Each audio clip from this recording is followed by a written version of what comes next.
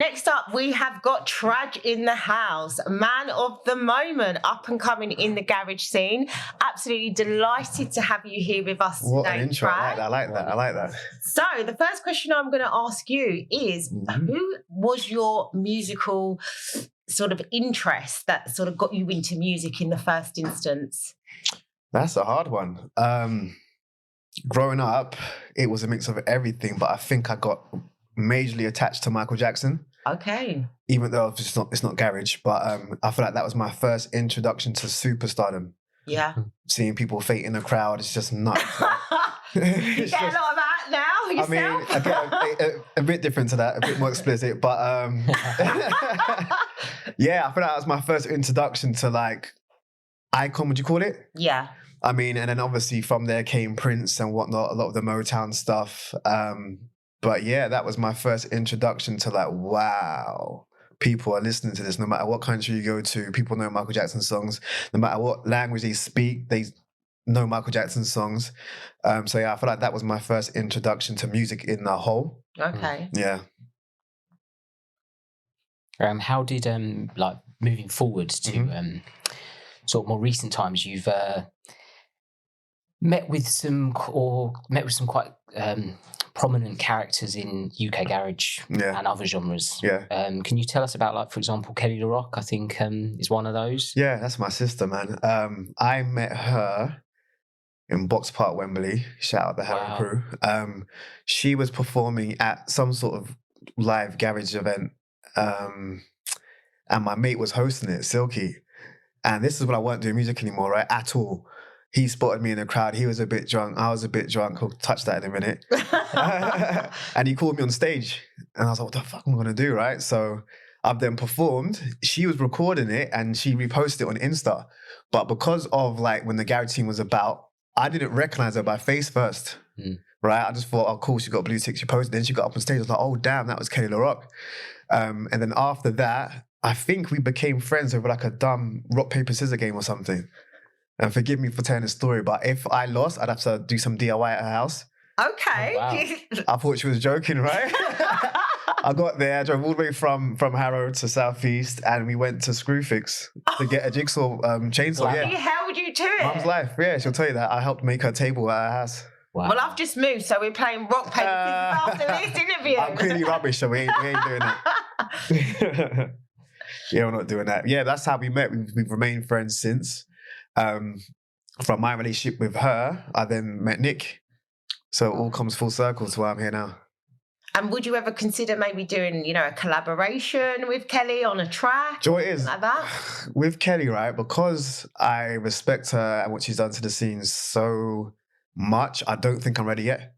Okay. But I mean, we've had that conversation. I know she's, I shouldn't be speaking of it, but I know she's got a collab coming out with Deneo, which I think might be like an Afrobeat sort of thing. But I do know that she's sort of moving away from garage to an extent in terms of new stuff. Obviously, she does her tracks when she performs, but we just have to meet a common ground, I guess, on that one. But that would be awesome. Yeah, and she's quite a diverse artist. I've listened to a couple of her albums. Yeah. She's got a bit of drum and bass, a bit of R&B. Yeah. And her biggest track, My Love, was originally, an R&B track as well. So yeah, that'd be a great collab. We'd love to see. And although you don't think you're ready, definitely, we're all ready for that. Yeah, that's quality. I like that. Let us know when that drops. Yeah, 100%. You'll be the first to know. Let's talk about collabs you have got in the pipeline then. Ooh, am I allowed to? Okay, let's go. Are you allowed to? I feel like I am.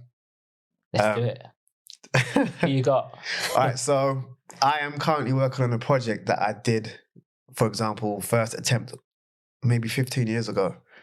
When I was properly doing it. Not properly, I'm properly doing it now. When I started off, and it was called The Features, and every track had a feature on it.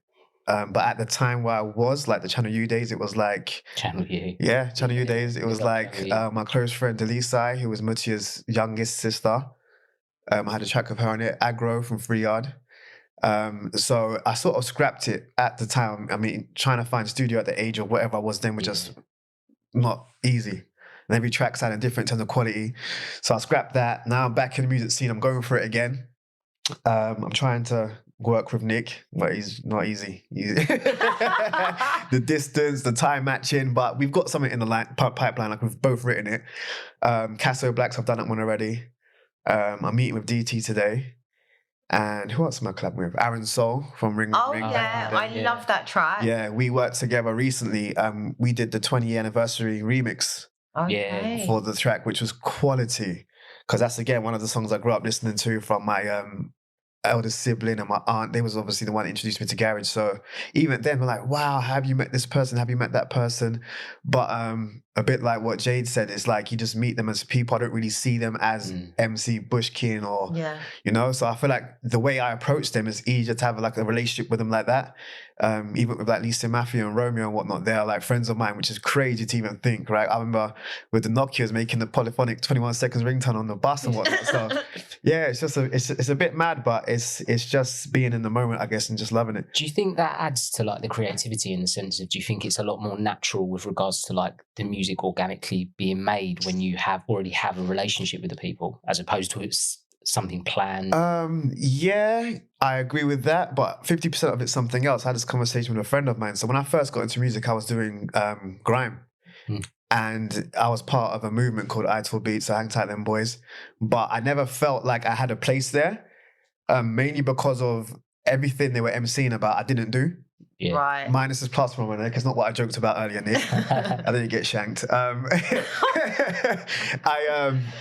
Yeah, some of the stuff we were sort of MCing about, the best way to explain it is, you guys remember I can't speak, remember when the movement came about, where it was Gets, Retro, Merkston? I was always Merkston, as in I'll muck about with the song, I'll play around with it, when these guys were being dead serious. So as I sort of separated from the guys and fancied the change from being called Tragedy to Tradge, I started to play with my own sound, and I think that's what got me here now. Okay. 100%. Do you think like MC-based music is lacking that element of fun in creativity? Yeah, I would.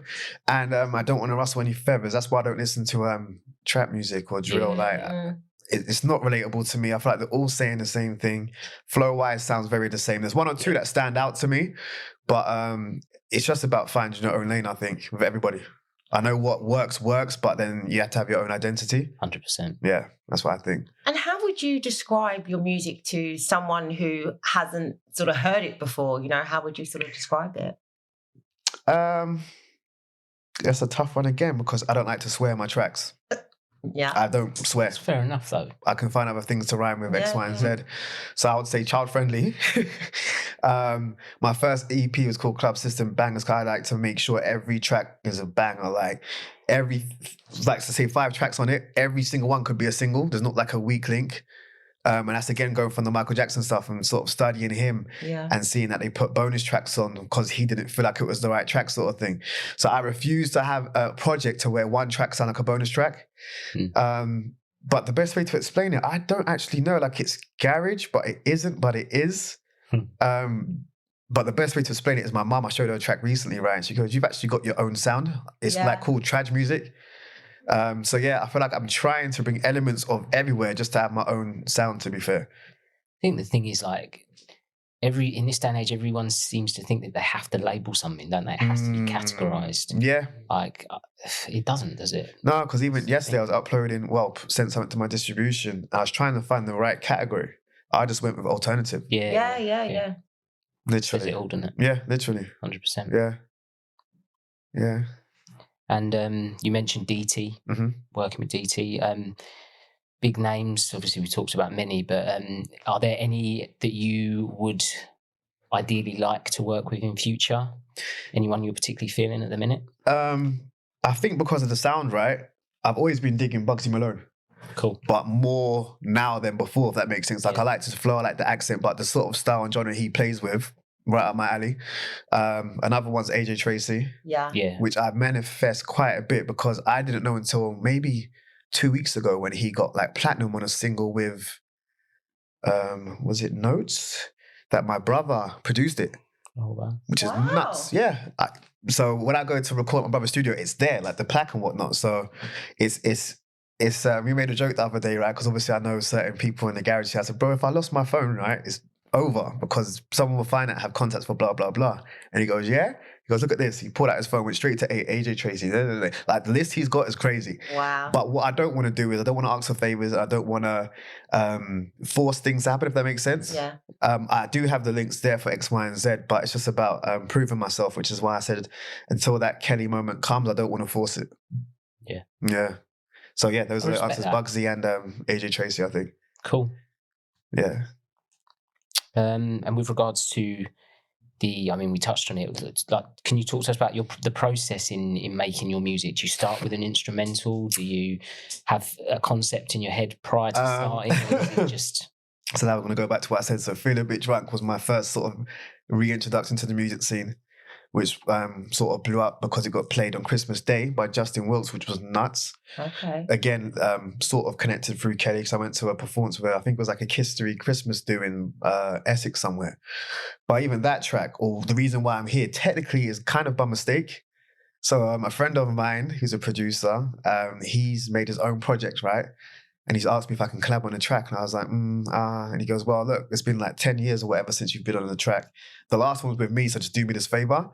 So I went to his house, we recorded. My daughter was there because it was awkward. She's never seen me do anything like that, right? So she's like, Dad, that was proper cringe, right? I'm like, I get in a car, I'm driving back. He calls me, says, do you know what? I'm going to scrap it. I said, what? And I felt like I effed up. Like it's been 10 years. I couldn't perform as well as I did. He said, no, you have it.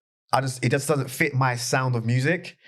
As he said that, I deep it because he goes for like a sort of Kanye sound, if that makes sense. And that Feel a Bit Drunk is completely different, whether he produced it or not. So he said to me, yeah, it's yours to do what you want with it. And even when recording, even though it was his track, there's things that I saw missing, like something over the chorus that broke it up, something throughout the verse that sort of just had you keep on listening, right? Like the storytelling. So I said to him, if I get the motivation to do the second part, then by all means. The four of us went out. We all got wasted, right? And the club closed. And then my brother was like, yeah, if you want an after party, come to the studio. I said, I'm only going to come if I can record what's on my head right now. Went there, recorded the second verse. So technically the first verse, I was wasted. The second verse, I was wasted. So let's just call it Feel a Bit Drunk, right? Honestly. And to this day, I've not performed that song sober. Not that I'm not confident, but I need to, be in the zone. I need to be in the zone, right? I need to have meaning for the song. So yeah, if I fluffed my lines at any point for that song, that is exactly why. That's literally it, yeah. Cool. And I know you just recently did a performance on Lounges TV. Yeah, that was lit. And I watched it. It was absolutely brilliant. You. Yeah, thank you. When are we going to see, more of this coming up next? What is next for Tradge? Honestly, I don't know. Like, I feel like I've been winging it this whole time. So, I mean, you guys will probably find out before me. Yeah, honestly, I'm not too sure. I love performing. We performed recently in Hertford, I think it was, which was kind of lit. UKG Forever, yeah. Where's DJ? That was cool. I got to perform alongside NSC, who I've worked with or been around quite a few times. He's dug my sound from the beginning and he's always pushing and promoting stuff. So it was cool to sort of be at an event with him. But what it was Tradge and friends. So obviously I was there with Alicia, I was there with Nick, I brought down the Bait Lounge crew. Like it was proper lit. It was lit. Thanks for the invite. I'm sorry. I'm so sorry. You'll see some later. But what's next? Honestly, whatever comes up. Well, we can't wait to see it. Thank you so much. Literally, you've been doing amazing and I'm really enjoying your work. I try. Thank you for posting. Thank you guys. As no well. worries. Thank you. Thank you very much. Cheers. Thank you. High five. Thanks, guys. Nice one. Thank you very much.